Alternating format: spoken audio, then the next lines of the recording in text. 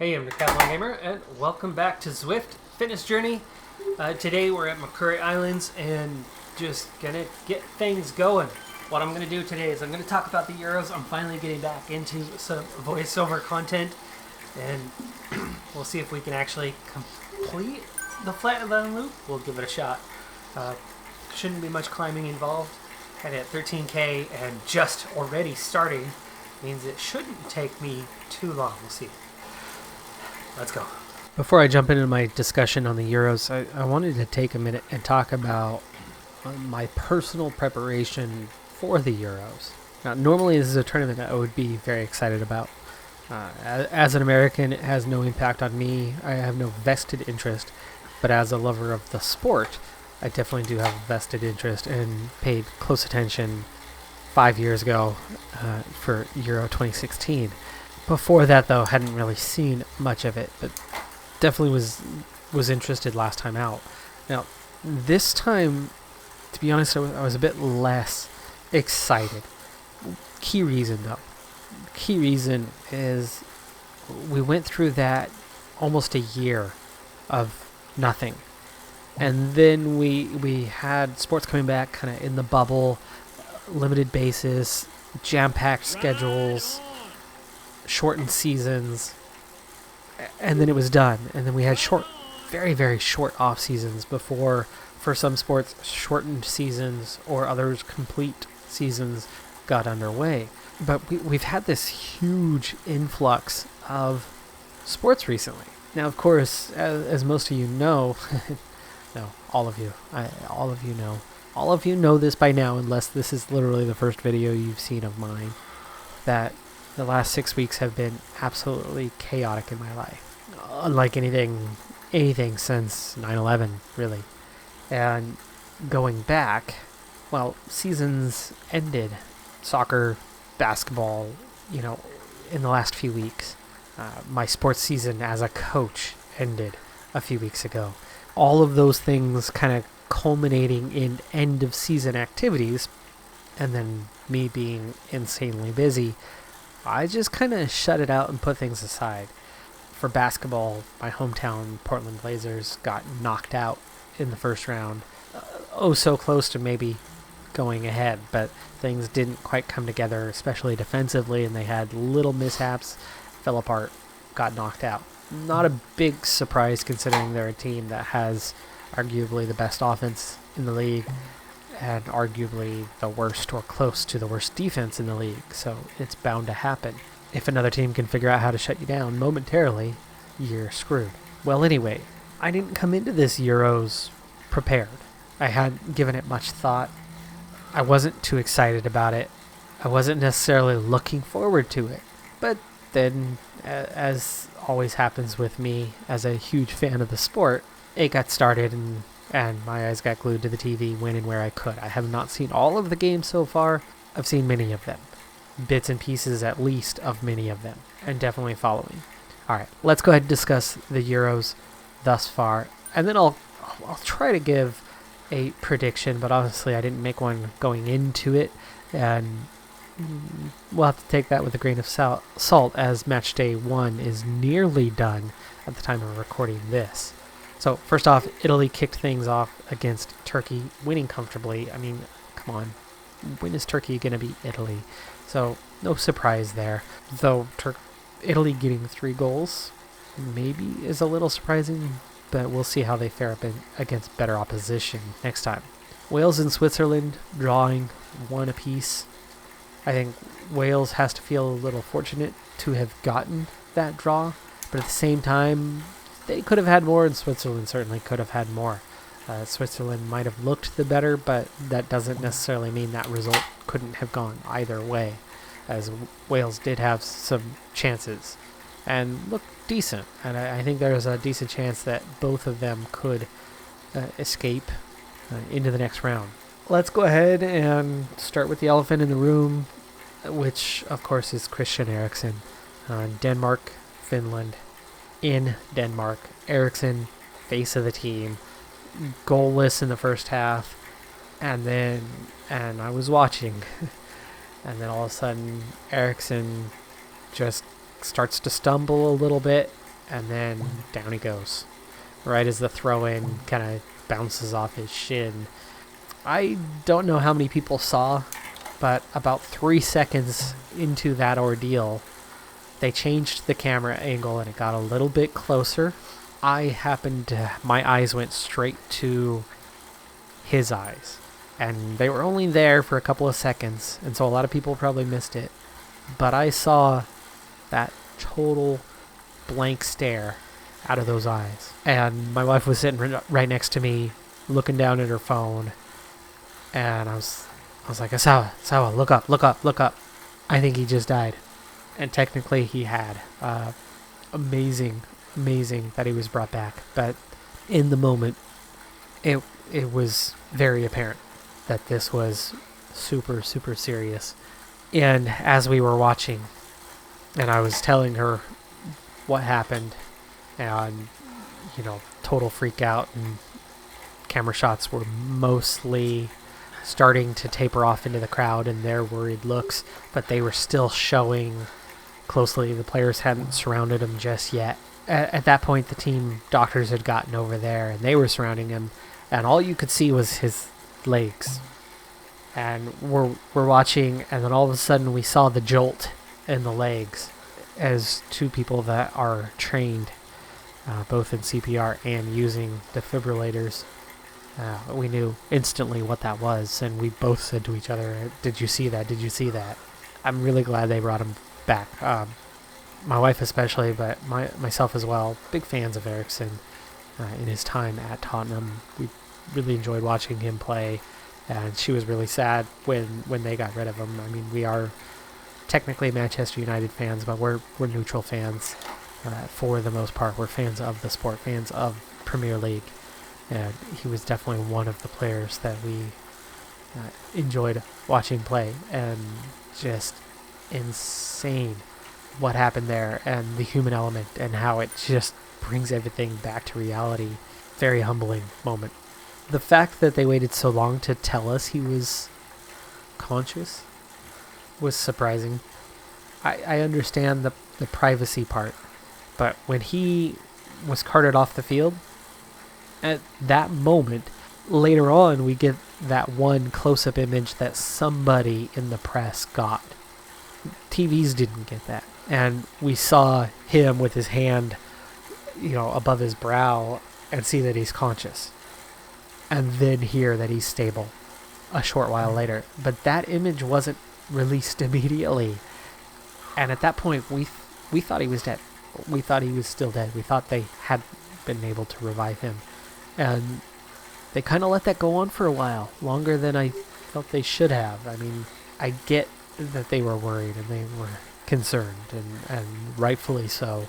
We heard a day later, more than 24 hours later, that the first shock brought him back. That's a game changer in terms of that information. Now, I get that seconds later we shouldn't know that, but we're standing on the sideline and they showed his wife down at field level probably 6 minutes after he first had collapsed. And at that point, I'm assuming she, along with everybody else outside of that little circle that contained Eriksen and the doctors and now his team surrounding him, I'm assuming everybody else still feared the worst was already happening for the duration of those minutes. Maybe it was only 4 or 5. In reality, things like that can go by at a different pace, right? World slows down in those moments. I felt like they let it go on too long, fearing the worst. Hoping for the best, obviously, but fearing the worst before confirming that he had been revived, or waiting all the way until he was stable to let the world know that he was stable was kind of harsh. Well, anyway, that being said, the most important thing, obviously, though, is that he is now stable, and I can't quote him directly because I don't have it in front of me. However, him saying that I think everybody else is doing worse than I am at this point, again, not a direct quote, but indirectly, he said that, and I think that says a lot. It says that A, he's feeling pretty good at this point, and B, I could see that.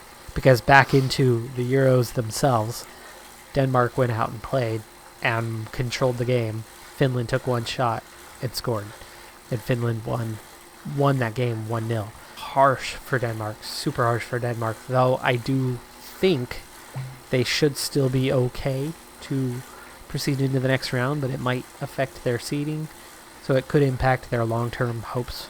And I think their biggest thing is not that result, losing those 3 points that they clearly should have gotten.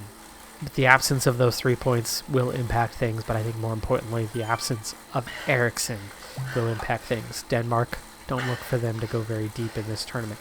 However, without him over those next couple of games, I would think there's going to be more desire in the team, more focus, more intent, and they'll probably, I think they would beat Russia, and then as for Belgium, we'll see, but Belgium's tough. Speaking of, Belgium 3-0 against Russia. A little surprising that they beat them that comfortably, but look for Belgium to be pretty dangerous in this tournament.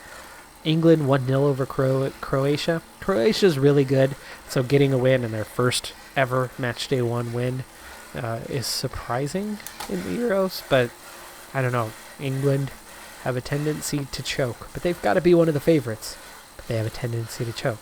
Croatia's a really good team, and so for them to lose that opener is going to be a little tough to bounce back from. Austria 3-1 over North Macedonia. Austria was so poor. They just pulled those last 2 goals out late. It was 1-1, and they were dominating without dominating. And they were very fortunate to come away with 3 points, and I don't expect much from them.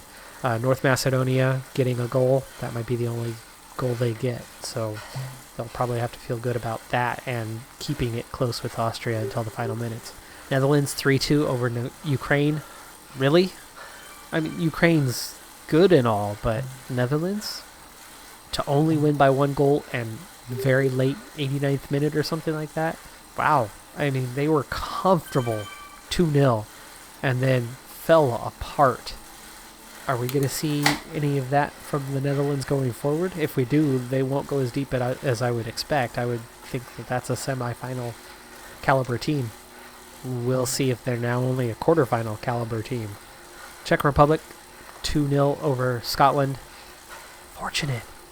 Because the reality of that game was Czech Republic had 2 chances, and one of those wasn't much of a chance. That was just a brilliant goal. Oh my goodness. Midfield. That was insane. That's something I do, though. Long range goal out of the goalkeeper out of the box and pull the trigger on those. I don't get them all the time. Accuracy-wise, I'd say 20-25%, and then some of those get saved. I've caught a lot of goalkeepers out long range like that, so I know it can be done because I can do it, and I'm certainly no pro. Still, it was brilliant, and it was exactly my shot. Left-footed, arcing ball, curving in towards the corner. Yeah, beautiful. But Scotland, so unlucky. So unlucky.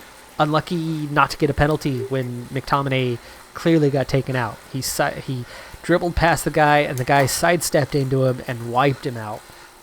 That's a penalty. I hate penalties. I hate that they come up. I don't think penalties should be automatic goals the way they are. They're not automatic, but they're highly frequent. I think there should be varying levels of penalty. I think automatic goal, you wipe somebody out when they're one-on-one with the keeper and you drag their foot from behind, clearly intent on bringing them down, the straight red card kind. I think that kind should be from the PK spot as it is now, but I don't think others, like the silly edge of the box ones where your back's to the goal and you're 3 inches inside on the outside edge of the box and you have no teammates around, there's no goal scoring opportunity, and somebody taps your shoulder and you fall over. How is that a penalty? How is that an automatic goal? I think that type of penalty should be out near the edge of the box. Maybe the top middle. It's still a chance to score. You already have a semicircle around the edge of the box. Why not bring it out? Why not have 2 levels of PK. Anyway, that's my concept. That's my idea. Scotland bangs it off the bar. Keeper makes some brilliant saves. They had chances. They created really good chances. They were not the better team, but it was a pretty evenly matched game, and they ultimately had more chances than the Czech Republic, but the finishing was there for the Czech players while it wasn't there for Scotland, unfortunately. And for them, a bit unlucky, but they lose. Slovakia 2-1 over Poland. I did not see that one, but a red card finishing with 10 minutes is always going to be difficult. Spain and Sweden. Are you kidding me? Sweden's not a pushover. They're a good team. But Spain, 85% possession is what I heard. 85%, and I saw the highlights. I didn't see that game live. I was working. I was recording. They missed tap-ins. They missed half a dozen clear, night and day clear goal-scoring opportunities. Half a dozen. And missed wide on 4 or 5 of those. I mean, it wasn't even close. They missed. You place a goal on top of the goal and they still miss. You place a goal next to the goal and they still miss. That was pathetic. Now, they might be able to get 85% of the possession, but if they don't know how to finish, they're never going to win anything. And they'll literally never win. They'll have 0 goals at the end of the tournament at this rate. Now, I don't expect them to finish on 0 goals. That's Spain. Don't look for them to go very far in this tournament. Now, we haven't seen Hungary or Portugal yet. You'd figure Portugal to win that. France and Germany. Wow, what a matchup that is. Why? Because I think those two teams have the potential to be in the final, right? All things equal, just looking at the teams, who would you pick? France, a lot of people are saying as a favorite, but Germany easily could be a pick for finals. Those two facing off, that's going to be big. I'm really looking forward to seeing that one. Who else do I think deserves a place in the semifinal at least? Belgium. I really like Belgium. They're really strong, really good. England, on paper, probably should be. Will they get past the quarterfinals, though? We'll see, because England, like the U.S., can often choke. The Netherlands, obviously, would be that next choice. Looking at Spain, I don't think they're going to get deep. Italy, great defense, not necessarily the offense to get terribly deep into the tournament. And Denmark, without Eriksson, I don't think they're going to go that far. I do think that England will underwhelm at some point. I think the Netherlands have already, but could again underwhelm. And Spain will continue to underwhelm. Portugal could surprise a few. They can certainly go deeper than other teams, but I don't think anybody else is necessarily going to get terribly deep. So, France and Germany, big favorites. Belgium, based on path, could certainly come out as a 1 seed from their group and be looking good going forward. England now stands a good chance of coming out as a 1 seed, so they could have a decent path going forward. Netherlands could be seeing that 1 seed still, so they still stand a pretty good chance of going deep. We'll see what happens with that one. But I think Spain is going to be. I think they've dug a few strokes down towards going 6 feet under. They're not there yet, and they certainly will fight back and battle back, but their finishing is just subpar. Not just today. Murata struggles with finishing. I think France and Germany, I think your winner's going to come from one of those two. And we'll see who's in form tomorrow. All right, folks, coming up on the finish line. I'm so glad I made it, because for a while there I didn't think I would. Started a little too strong, backed off a little bit, wanted higher RPM, so lowered the gear, was able to get the RPM I wanted. Ran that way until about 7K in, at that slow, gentle uphill slope. It took its effect, took its impact after a while, and until about kilometer 9 I definitely backed off a bit, good 5 RPM, and somewhat lower gear, but mid-9s I rebounded, got back going, got that second wind, and was able to push through the finish. Of course, majority of the finish flew past as it was largely downhill. through that sector. So not a great time on the flatland loop, but I finished it and just happy to have done so. Also coming up right on 100 meters of climbing, which is not much. There's a reason why it's called flatland loop. But I'm gonna cool down, ride on long enough. There you go, 100 meters, and just long enough to hit that 14 kilometer mark so I can get that extra XP bonus, another 20. And you can see just how close we are on the verge of hitting level 10 and coming up on 200,000. Right now, I've been on the aero bike, which is why I wasn't drafting in groups at all today. I've been on the aero bike, so just ride my own pace. But I need a new bike, and I'd love to get back on a pack regular road cycling bike, and with a couple 100,000 drops, I might be able to actually afford one that's similar to what I have for the aero bike, and actually benefit from the draft while having this easier ride, because that original bike was so difficult. Anyway, I've done that mark, 14K, so let's call it a day. I'm Decathlon Gamer, thanks for tuning in. Be sure to hit that like button. I'll see you next time. Have a good one. Be safe out there. Bye for now.